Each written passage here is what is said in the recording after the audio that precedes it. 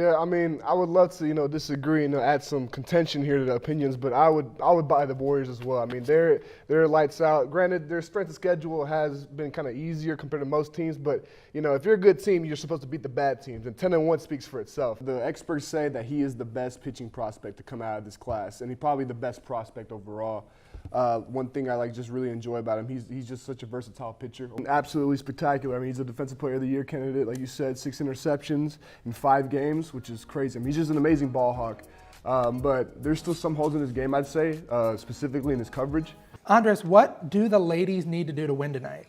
They just need to play their style of basketball, just prioritize and not being themselves. I mean, this is a team that they are, on paper, better than. I still think Dak is going to have a great game just because there's just so many weapons, so much firepower on that offensive team. I mean, seriously, especially in the running game, Zeke and Pollard, those guys, I mean, if they're succeeding, I think Dak's going to succeed too. Quincy, she's doing what she needs to do, scoring the buckets that she needs. And I remember reading an article saying, Coach Mitchell, she was talking about how the team is doing a lot better whenever other players are involved. So I just think Maddie Townley is one player that's doing pretty well consistently for them, especially as one of their bigs. If there's one thing that we realized in the first half of the season, whenever the Mavericks had that clunky and inconsistent offense that they had, right? It was really just mostly Luka doing most of the work on the offensive side, keeping the offensive flowing.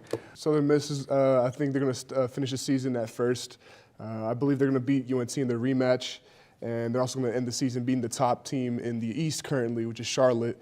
I agree as well. I mean, I think the supporting cast is one thing that their resurgence this year is one thing that is what they need to get past the first round.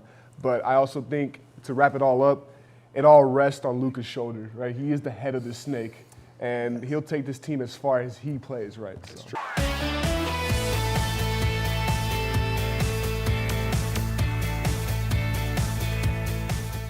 Buenos días, mi gente. Yo soy Jorge Zayas y le voy a dar su información sobre los deportes hoy. Para ti, los Vaqueros, ¿cómo los describes tú en 3 palabras? Bueno, en 3 palabras, ¿verdad? Yo digo que los Cowboys son llenos de explosión, ¿verdad? En papel. Es un equipo lleno de talento en la ofensa. Dak Prescott parece que no le afectaba mucho la lesión que tuvo el año pasado. Algo que me gusta mucho de los Vaqueros fue la ofensa de ellos, ¿verdad? Dak Prescott, él tiró 3 touchdowns con Zeke. Tiene su mejor actuación de la temporada con 95 yardas y 2 touchdowns. Estoy de acuerdo contigo, hay que dejar a Seth Luttrell. Él ha enseñado que él no ha progresado para nada con este equipo. Además de cuando ellos tuvieron a Mason Fine, para mí ese equipo era Mason Fine, nadie más, ¿verdad? Entonces vamos a empezar, ¿verdad? Con la Serie Mundial. Una noche inolvidable para fanáticos de Atlanta. El martes ganaron los Braves contra los Astros en juego 6 con un tanteo de 7-0.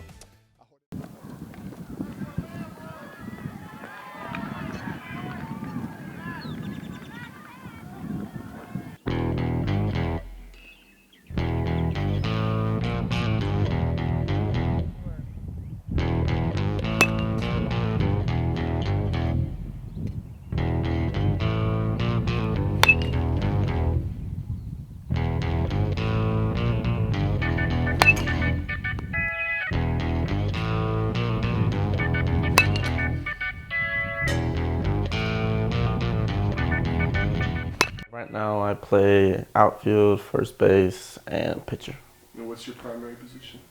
I'd say pitcher mainly, but right now I'm playing, at my high school I'm playing mainly outfield, but yeah. This summer is going to be really important for me in baseball, and I'd like to get a scholarship or some scholarships to any college really. I'm not looking for specific anything like that, but I really want to be able to chase my dreams to go to MLB. So first, I need to set my grounds and go to a college that I think will give me that opportunity.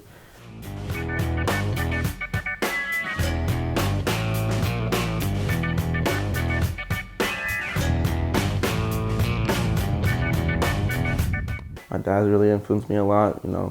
He's always been really strict with me and to the point. And even on my good days, he'll even tell me what I did wrong throughout the good days. He'll tell me good job maybe, but then we'll start focusing on what I did and what I need to fix and stuff like that. Mm-hmm. And I feel like that really humbled me, I guess, and it didn't make me too overconfident and stuff like that and think oh, I'm the best person on the team now.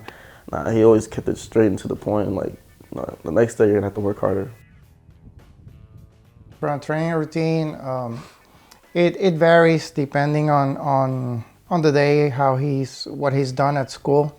But always we start with stretching. That's, the most important thing is safety, make sure that your joints, everything, it's, warmed up before you even start doing any type of motions. So we start with our stretching, and then depending on what he likes, sometimes we start, with the bat and the tee, just making swing, getting through the motions, a lot of reps. And then we go out to the field and start throwing, long toss, and then do some bullpen pitching.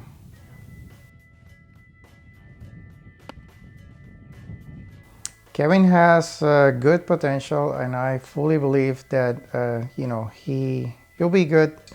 I think he's ready to do college baseball, and then from there, obviously the coaching staff are going to be able to develop him more in his life, and he can have a chance, but he has to put his 100% all the time.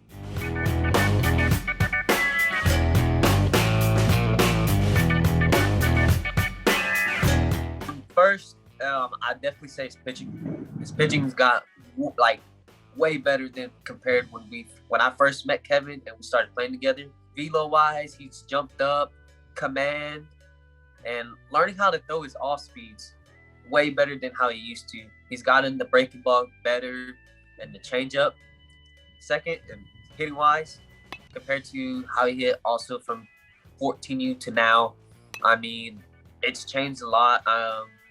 Compared to how when I first met him and compared to now when I've seen him, I mean, he's put in all the work,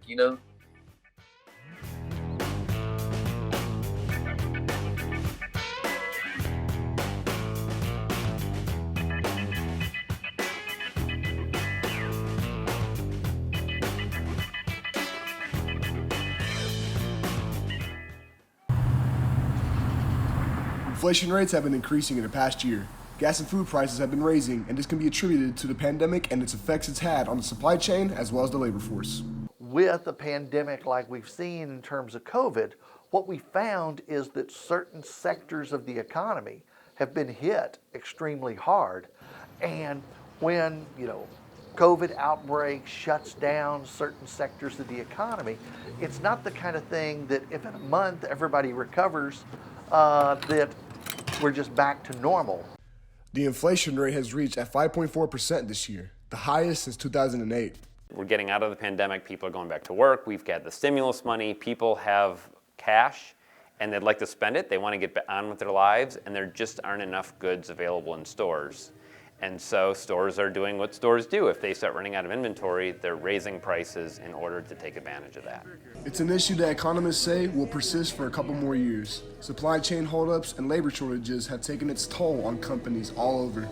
Most of the shipments that I handle are by truckload, so the driver shortage has been a big impact. Prices have definitely gone up just while I've been working there. It's definitely noticeable, and it's gradually, even though it is leveling out, we're finding stopgap solutions that's not going to last forever. The situation should improve with time and the right decisions made by governments and businesses around the world. It will improve, but the biggest thing is that we've got to get on top of COVID, not just here in the United States, because again, a lot of the problems in terms of the supply chain are global. And so once the world gets to a little more normal state, then production will get closer to normal, and we'll start to see that. Reporting for NTTV, my name is Jorge Zayas.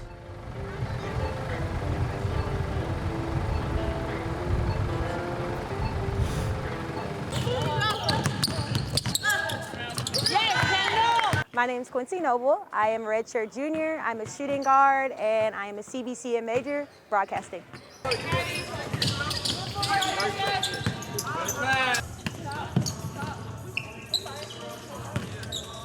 I can honestly say I feel like what really made me start playing would be moving here, just having the opportunity to try out for each sport. I went out for volleyball. My dad couldn't get me good in volleyball. That wasn't what he was a coach in, so I feel like him being a coach and that just knows everything around basketball, it just made me like, you know what? Let's just ride it out. Good way for us to get close to each other and, build a chemistry.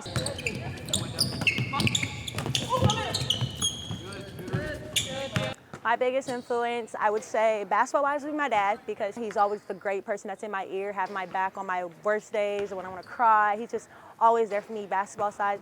I think just being a mom, that's my mom. My mom's my best friend. I feel like I confide in her about anything besides basketball. So I just say, really, my parents are my influence. Super family-oriented, like I say, like that means everything to me. My family means everything to me. Like, if anybody knows me, they know how much my family means to me, so. Quincy has always been who she is today. Like the most outgoing, like bubbly. She's so friendly.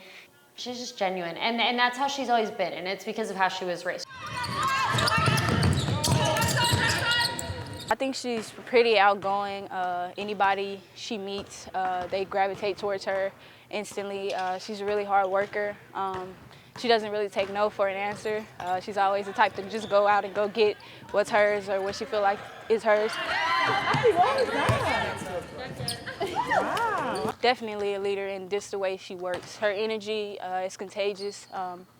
She's like an energy horse. Like, she has energy all the time. She's always smiling. She's always positive. She's always, passionate, and she's so competitive, which that helps the team a lot.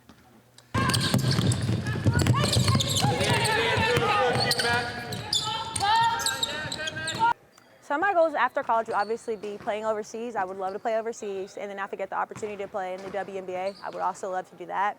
And then if that doesn't work out, obviously use my resources around my basketball career and be able to hopefully get something really good in broadcasting. And then if broadcasting doesn't work out, teaching. I love kids, so I'm obviously going to go back to kids.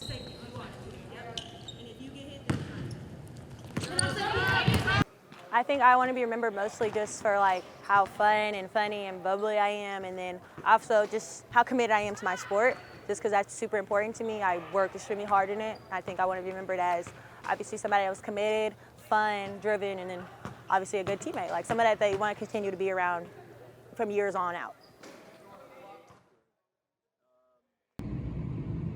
La inflación ha impactado cada sector de la economía y viviendas en Texas solo se han puesto más caras.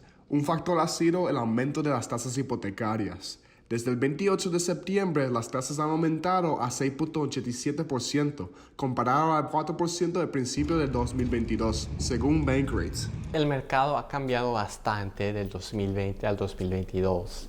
Hemos mirado que han subido los precios más del 24%.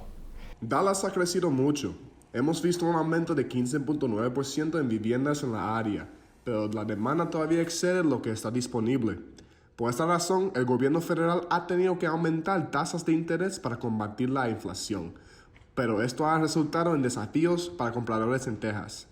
Unos de los grupos más afectados han sido gentes viviendo en bajos recursos y compradores de primera vez. Pues sí, tenemos muchos problemas.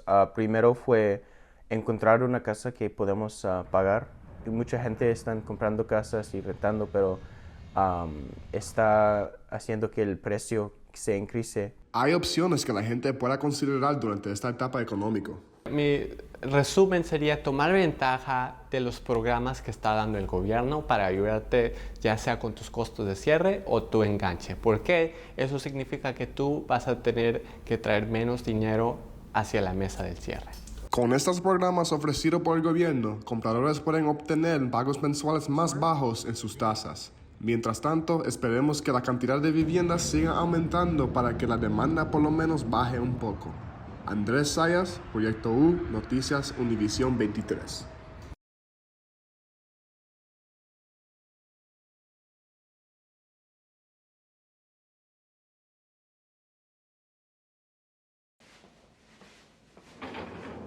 The education industry has been struggling as the teacher shortage has only gotten worse in the past year. According to the Texas Education Agency, 11.5% of teachers have left their jobs at public schools. That is over 42,000 teachers, which is the highest attrition rate since the 2007-2008 school year. This issue has had an extensive history, but over the past 3 years, teachers have really pushed the issue beyond the edge. Well, the tipping point was COVID. The problem is it did not stop there. It's been one thing after another. COVID and then COVID again, and then these social battles have been fought in schools. People were not used to that happening. COVID-19 turned public education upside down and has only exacerbated the issue. According to a survey conducted by the Charles Butt Foundation, teachers point to a low pay, excessive workloads, pandemic-related disruptions, and overall feeling undervalued by the community. Teachers are also expected to raise standardized test scores to pre-pandemic levels, all while having to deal with social and emotional issues in and outside of the classroom. Our science department head, he was, I'm going to be real with you, the worst. My first year teaching was very scary. I was a first year teacher. He would literally come at me saying, if you don't get these kids to pass the semester exam, next year you might not have a job. Out of the 1,291 surveyed, 93% of them have taken steps into leaving their profession altogether. Solutions are needed sooner rather than later. They have to be paid well enough to feel like they're being valued for their professionalism. They need to be protected from the kinds of chaos that we've seen lately in our communities. And they want to be respected by the community. Teachers express what needs to be done. If the issues aren't properly addressed, public education could be facing some long-term repercussions. From NT Daily News, this is Tyler Chambliss.